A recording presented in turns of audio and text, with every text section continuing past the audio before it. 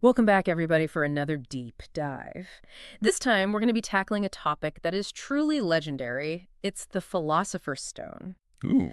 Now, you might think at first that it's all about turning lead into gold, but we're going to be going way deeper than that, Uh-huh. exploring its symbolism, its global reach, and yes, even Mercury's role in all of this. Oh, wow. So whether you are into history, fantasy, or just love the unknown, this deep dive is for you.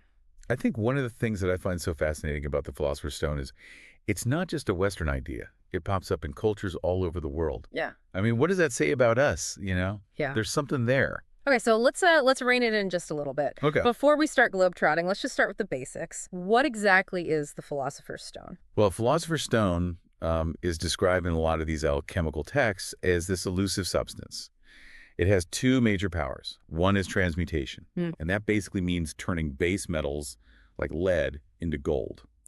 And then the second one is the creation of the elixir of life, Ooh. which, yeah, pretty much grants immortality. So it's the ultimate upgrade potion. Yes. But if it's all about literal gold and immortality, then why is the Philosopher's Stone shrouded in so much metaphor and symbolism? Well, because it was about more than just material wealth and physical immortality. For the alchemists, the Philosopher's Stone really was a symbol of achieving this higher state of being, like spiritual perfection. Yeah. It represents the potential for transformation, not just of substances, but of the self. Ah, so it's more about inner alchemy, working on ourselves, Precisely. becoming a better version of ourselves rather than just striking it rich. Yes. Think of it as this journey of self-discovery and refinement. And that's actually much like the process that they use to purify and transform metals. And was this idea of transformation through the Philosopher's Stone, was that just confined to one place and time? Not at all. In medieval Europe, you have figures like Nicholas Flamel.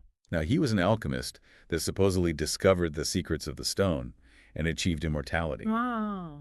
And the fact that he and his wife seemingly vanished just adds to the mystery, doesn't it? That's a good vanishing act. But you mentioned it wasn't just a European thing, so where else did this idea pop up? Well, in Islamic alchemy, you have Jabir ibn Hayyan, who's known in the West as Geber, Okay. and he describes a substance that's incredibly similar to the Philosopher's Stone, capable of these extraordinary transformations. And if you look eastward, the concept also takes on these fascinating forms. In India, for example, they were searching for Amrita, the nectar of the gods, which was believed to grant immortality. Then you have the Chinese alchemists practicing within the Taoist tradition. They also sought elixirs for eternal life. Elixirs, though. Yes. They don't always have the best track record, right? I mean, what were Yeah. they putting in these things? Yeah, that's where things get, well, they get interesting, but maybe a little bit dangerous. A lot of these elixirs contained mercury, which, as we know, plays a very central role in the quest for the Philosopher's Stone. Wait, so mercury, the stuff we all know, is super toxic. Yes. That was key to the whole Philosopher's Stone business. Yeah, they saw the toxicity as like a testament to its power, like its ability to break things down and to potentially rebuild them into something new. So for one thing, it's a liquid metal, which is pretty unique. Right. It can dissolve other metals, purify them. It even seemingly can transmute them. And it embodies that transformative power that the alchemists were so fascinated by. In fact, they considered mercury to be the prima materia, I'm a materia. the primal matter from which everything else could be created. So think of it as like the building blocks of the universe, at least from their perspective. That is wild. So they thought that this liquid metal held the secret to unlocking the mysteries of creation. In a way, yes. And it gets even more interesting when you consider the symbolic meaning that they attached to mercury.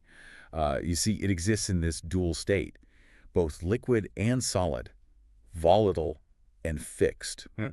And for the alchemists, this represented this duality that they saw in the world. Okay. The masculine and the feminine, the earthly and the ethereal. So mercury was more than just an ingredient. Right. It was like this potent symbol woven into the very fabric of their philosophy. Exactly. And that's really just scratching the surface. I mean, we haven't even touched on how mercury links to mythology, like figures like Hermes Trismegistus, were both very deeply connected with alchemy. Okay, hold on. We're going from liquid metal to mythology now. We are. This Philosopher's Stone is taking us on quite a journey. But before we get lost in the myths, we're going to take a quick pause. And when we come back, we'll explore how this Mercury symbolism plays into the bigger picture of the Philosopher's Stone. So don't go anywhere. Okay, so we're back and ready to keep going on this Mercury mystery. Last time we left off, remember, we were talking about Mercury as this really potent symbol. It reflected the alchemist's fascination with duality and with transformation. But where does mythology fit into all of this? Well, it's really amazing how interconnected all these concepts are. You see, when the alchemists looked at Mercury, they didn't just see, a chemical substance. They saw a reflection of the divine. And specifically, they saw it in the figure of Mercury, the Roman god. Hold on, the Roman god Mercury. I vaguely remember him from mythology class. Wasn't he the one with the winged sandals, the messenger god? He was god of travel, commerce, communication. Right, right. But what does he have to do with alchemy? More than you might think. Remember, we're talking about a substance, this mercury, that shifts between states, it dissolves, it reforms. Mm-hmm. Mercury, the god, he embodies that same fluidity. He's a god of transitions, right? Moving between these worlds, a communicator, and a kind of a trickster, too. Oh, yeah, I remember that. So it's not a coincidence that this element of transformation was actually named after him. So they saw this link between the physical properties of Mercury and the divine attributes of this Roman god. That's pretty cool. But you mentioned something about a Greek counterpart too, right? I did. Mercury's equivalent in Greek mythology is Hermes. And Hermes adds another layer to this whole symbolism thing. Yeah. You see, Hermes is what's known as a psychopomp, a guide of souls to the underworld. Whoa. He's also associated with magic, with secrets, Hmm. themes that resonate really strongly with this whole alchemical pursuit of hidden knowledge, right? Okay, so Mercury is this liquid metal. It's a symbol of transformation, and it's tied to these really powerful, multifaceted gods. Exactly. My head is spinning. Is there more? There's always more. It goes even deeper. Mm. You have Hermes Trismegistus, and he's often considered the father of alchemy. Okay, I've heard that name. Hermes Trismegistus. Yeah, Trismegistus means thrice great, so it emphasizes his wisdom, his spiritual authority. Mhm. He is credited with this whole body of teachings, very mystical, very philosophical, known as Hermeticism. Hermeticism. And it sees alchemy as this path, not just to spiritual enlightenment, but to scientific understanding too. So for these alchemists, it wasn't just about like messing around with chemicals in a lab. It was about connecting to something bigger, Yes. tapping into this ancient wisdom passed down through figures like Hermes Trismegistus. Absolutely. The Philosopher's Stone wasn't just about a recipe for gold or a fountain of youth. It was a representation of this ultimate union of matter and spirit, the transformation of, these base elements into something more refined. Right. Just like Mercury's ability to dissolve, to Yeah. recombine, the Philosopher's Stone represented that potential for profound change. And not just within the individual, but in the world around them. Wow, that puts a whole new spin on things. It's like they were using this physical process of alchemy as a way to explore, I don't know, the mysteries of existence, of our place in the universe. But how does this ancient quest for this Philosopher's Stone, with all its symbolism and its philosophy, how does it connect to us today? I mean, is it still relevant in this world of, science and technology? That's the fascinating part. Even though we're not out there searching for a literal Philosopher's Stone, its symbolism, I think, still resonates.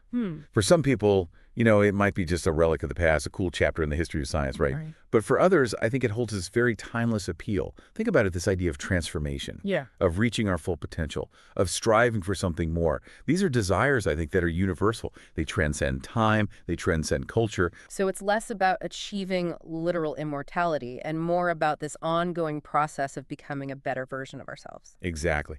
And you see this reflected in the way that the Philosopher's Stone keeps popping up in our culture. Oh, yeah. Look at Nicholas Flamel and the Harry Potter series, Right. or countless other books, movies, video games. The concept continues to capture our imaginations. Mm-hmm. I think Yeah. it speaks to our fascination with the mysterious, with the unknown. It's like this ancient symbol still has a certain power.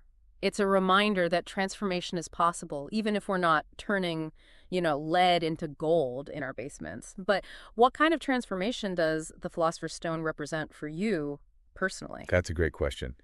For me, it represents this constant pursuit of knowledge, of understanding, the willingness to question assumptions and to embrace new perspectives.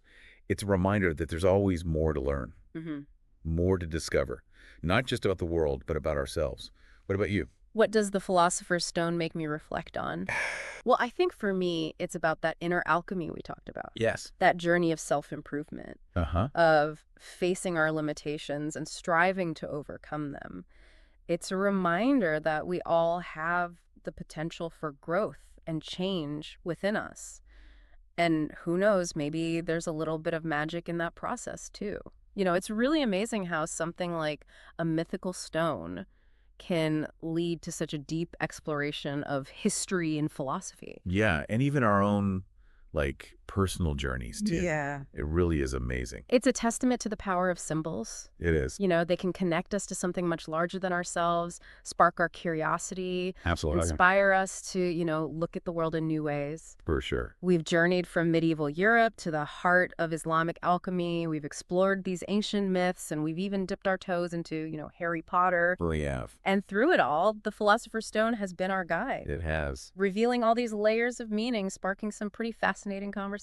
It's been a true deep dive, wouldn't you say? Yeah, it has, uncovering not just the historical facts, but The why. the why, yeah. Why were they doing this? The underlying philosophies and motivations behind it all. Yeah, and I think it's so interesting that they were searching for something more than just material wealth or physical immortality. Right. It was this way to transform themselves, to really understand the mysteries of the universe. And connect with the divine. And connect with the divine, exactly. And even though today we're not mixing up potions, down in our basements, Right. that same desire, that transformation for knowledge, for meaning, It's still there. it's still with us. And I think whether you're, a scholar or just starting to explore these ideas, this deep dive has hopefully given you some food for thought. Some new perspectives. Yeah, new perspective on a topic that's been captivating humanity for centuries. For centuries, it's amazing. Yeah. Maybe this has even sparked a little curiosity.